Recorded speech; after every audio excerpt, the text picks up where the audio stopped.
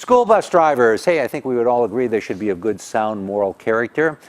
What about background checks? Well, that takes us to this week's case. It involves a real woman in Pennsylvania, Bonnie Katie. Bonnie Katie was a school bus driver for the Altoona Student Transportation. And she was subjected to a background check that was imposed as a result of a 2015 law passed by the state of Pennsylvania. And it required that all school bus drivers for students have fingerprints taken. Well, prior to that, there wasn't a requirement for fingerprints, and she had been employed for a fair period of time. And when it came time to take her fingerprints, she said, no, no, no. You can't take my fingerprint because that would subject me to the mark of the devil. She claimed that under her reading of the book of Revelations, that taking someone's fingerprints, subjecting them to actually making a fingerprint, marks them with the mark of the devil.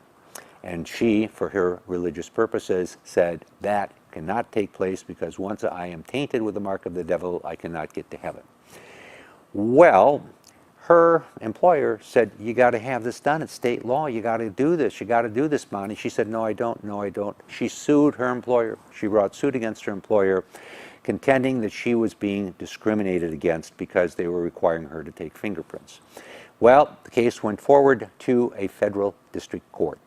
And there the arguments were made. The employer said, wait a second, we did nothing wrong here. We're simply enforcing the law as has been now passed in Pennsylvania. Bonnie's attorney on her behalf argued, well, hang on a second. Yes, the law was passed requiring fingerprints, but the basic rationale of the law is to provide for identification and to do background checks. You, employer, have done background checks on other people without taking their fingerprints. And they cited a specific instance of someone who was also employed by Altoona Transportation and found that that individual had what was considered to be unreadable fingerprints, and therefore their fingerprints were not used for a background check. A background check nonetheless was done, and the attorneys for Bonnie were saying, you don't need to take fingerprints. You don't need to subject her to having the mark of the devil, in her opinion.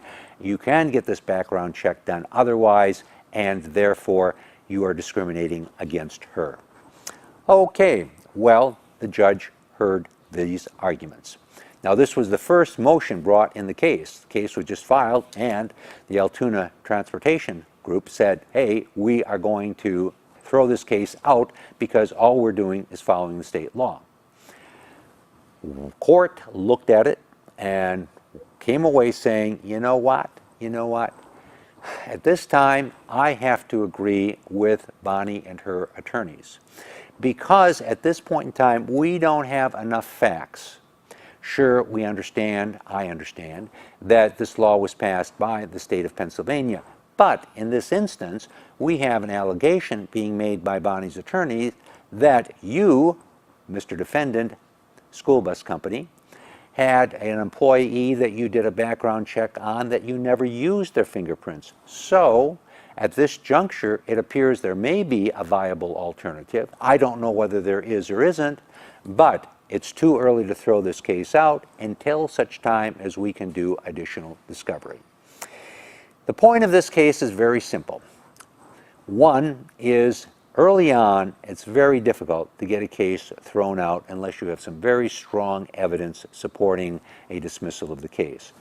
Two is that a court will very, very carefully look at various religious beliefs of individuals when those religious beliefs come into the play with regard to the case itself. And here it came into play by virtue of the fact she was contending that she definitely could not have her fingerprints taken because that would prevent her in her religious beliefs from going to heaven.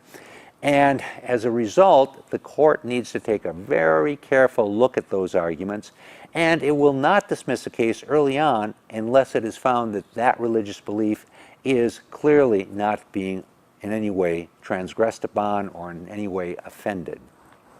again points out that how in this United States of America we have extraordinarily broad protections with regard to our personal beliefs and our personal approach to our religion. Okay, bring this case to bring cases every week so you understand how the law works. I'm David Allen.